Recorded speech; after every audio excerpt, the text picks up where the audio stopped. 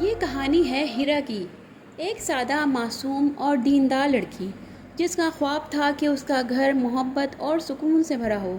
ہیرا کی شادی سمیر سے ہوئی۔ سمیر تھوڑا تیز مزاج تھا مگر شروع میں خیال رکھنے والا لگتا تھا، لیکن اصل کہانی شادی کے بعد شروع ہوئی۔ گھر کا ماحول، سمیر کی امی، اس کی نند ثنا اور جیٹھانی فرح سب ایک ہی گھر میں رہتے تھے۔ ساس باہر سے بہت میٹھی مگر اندر سے سخت، نند ہر بات پر تنقید کرتی اور جیٹھانی ہر وقت آگ میں گھی ڈالتی رہتی۔ امی، ہیرا کا رویہ ٹھیک نہیں ہے، فرح روز کوئی نہ کوئی بات لگا دیتی۔ شوہر کا غصہ، سمیر اپنی ماں اور بہنوں کی ہر بات مان لیتا۔ ایک دن چھوٹی سی بات پر اس نے غصے میں کہا، تم نے میری زندگی عذاب بنا دی ہے۔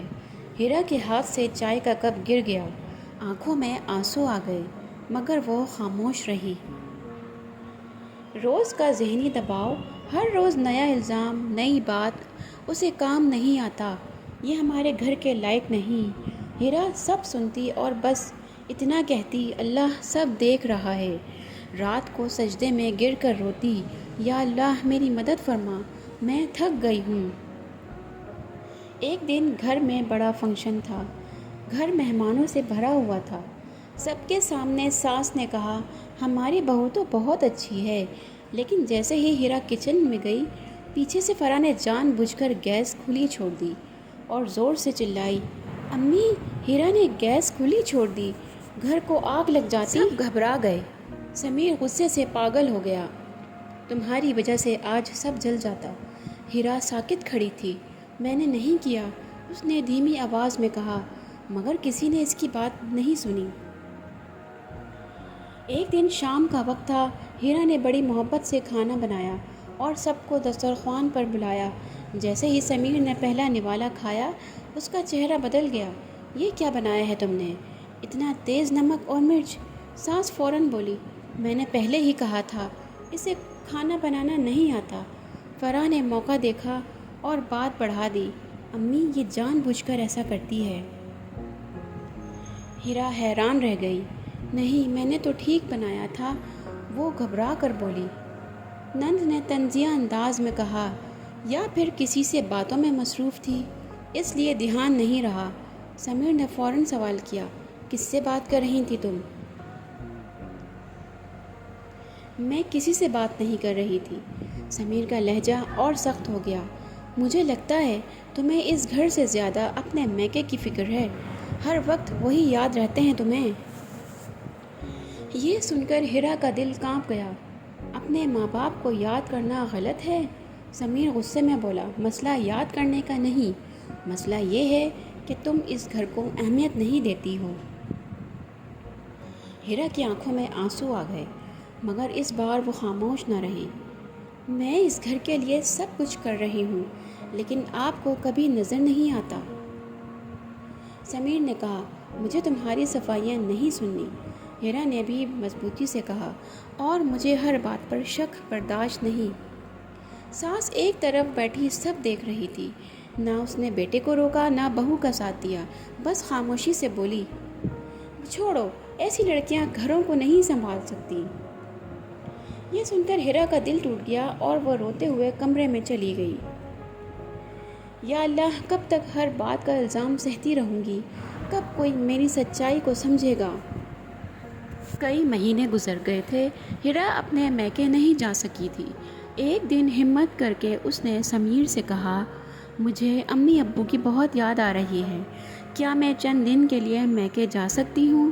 سمیر نے بے دلی سے جواب دیا، امی سے پوچھ لو، اگر وہ اجازت دیں تو چلی جانا۔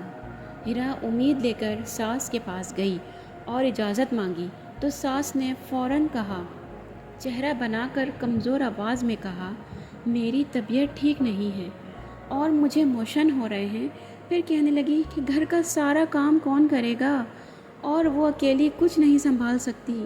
ہیرا نے آہستہ سے کہا کہ وہ سب کام کر کے جائے گی، مگر ساس نے فوراً اسے ڈانٹ دیا کہ تمہیں گھر کی فکر ہی نہیں، بس میکے کی پڑی رہتی ہے۔ یہ سن کر ہیرا خاموش ہو گئی اور شام کو اس نے سمیر کو بتایا تو اس نے بھی سرد لہجے میں کہا کہ اگر امی منع کر رہی ہیں تو مت جاؤ۔ ویسے بھی ابھی جانے کا کوئی خاص وقت نہیں۔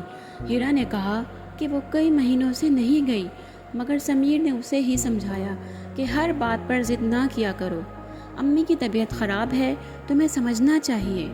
یہ سن کر ہیرا کا دل ٹوٹ گیا اور وہ خاموشی سے اپنے کمرے میں جا کر رونے لگی اور دل ہی دل میں دعا کی کہ یا اللہ، کیا ایک بیٹی کو اپنے ماں باپ سے ملنے کا بھی حق نہیں؟ ادھر ساس اپنی بیٹیوں کے ساتھ بیٹھی ہنس رہی تھی اور کہہ رہی تھی کہ اگر یہ میکے چلی گئی تو اس کا دل وہیں لگ جائے گا، اسے یہیں روک کر رکھنا بہتر ہے۔ ہیرا نے یہ سب دروازے کے پیچھے سن لیا اور اس کے دل پر ایک اور گہرا زخم لگ گیا۔ ایک دن گھر میں سب جمع تھے کہ اچانک ساس نے غصے میں کہا کہ اس کے کمرے سے اس کی قیمتی انگوٹھی غائب ہو گئی ہے۔ فوراً ہی الزام ہیرا پر لگا دیا گیا کہ وہی کمرے میں گئی تھی۔ جٹھانی اور نند نے بھی بات کو بڑھایا کہ شروع سے ہی اس پر شک تھا۔ ہیرا ساکت کھڑی رہ گئی اور اس نے بار بار کہا کہ اس نے کچھ نہیں لیا، مگر اس کے پاس کوئی ثبوت نہیں تھا۔ سمیر بھی غصے میں آ گیا اور سخت لہجے میں کہا کہ ہر بار کوئی نہ کوئی مسئلہ کیوں ہوتا ہے۔ ہیرا کی آنکھوں میں آنسو آ گئے مگر وہ خاموش رہی۔ لیکن اس بار ایک فرق تھا۔ سمیر نے ایک دن پہلے ہی اتفاق سے دیکھا تھا کہ فرح ہی انگوٹھی اپنے بیگ میں رکھتے ہوئے جلدی سے کمرے سے نکلی تھی، مگر اس وقت اس نے دھیان نہیں دیا۔ اب ساری باتیں جوڑ کر اس کے ذہن میں حقیقت واضح ہو گئی۔ اس نے سب کے سامنے کہا کہ بس بہت ہو گیا، اور پہلی بار اس نے اپنی بیوی کا ساتھ دیا۔ اس نے فرح سے سختی سے پوچھا تو وہ گھبرا گئی اور آخر کار سچ سامنے آ گیا۔ گھر میں خاموشی چھا گئی اور ساس بھی کچھ نہ بول سکی۔ سمیر کو اپنی غلطی کا شدت سے احساس ہوا۔ رات کو وہ ہیرا کے پاس آیا، اس کے پاس بیٹھ کر آہستہ سے اس کا ہاتھ تھام لیا اور بولا کہ آج میں نے اپنی آنکھوں سے تمہارا سچ دیکھا ہے اور مجھے افسوس ہے کہ میں نے تم پر کبھی یقین نہیں کیا۔ ہیرا کی آنکھوں سے آنسو بہنے لگے، مگر اس بار ان میں درد کے ساتھ سکون بھی تھا۔ سمیر نے اسے اپنے قریب کیا اور کہا کہ آج کے بعد تم اکیلی نہیں ہو، میں تمہارے ساتھ ہوں۔ اور پہلی بار ہیرا نے خود کو واقعی محفوظ اور اہم محسوس کیا اور اس کے چہرے پر ہلکی سی مسکراہٹ آ گئی اور اس نے دل ہی دل میں اللہ کا شکر ادا کیا۔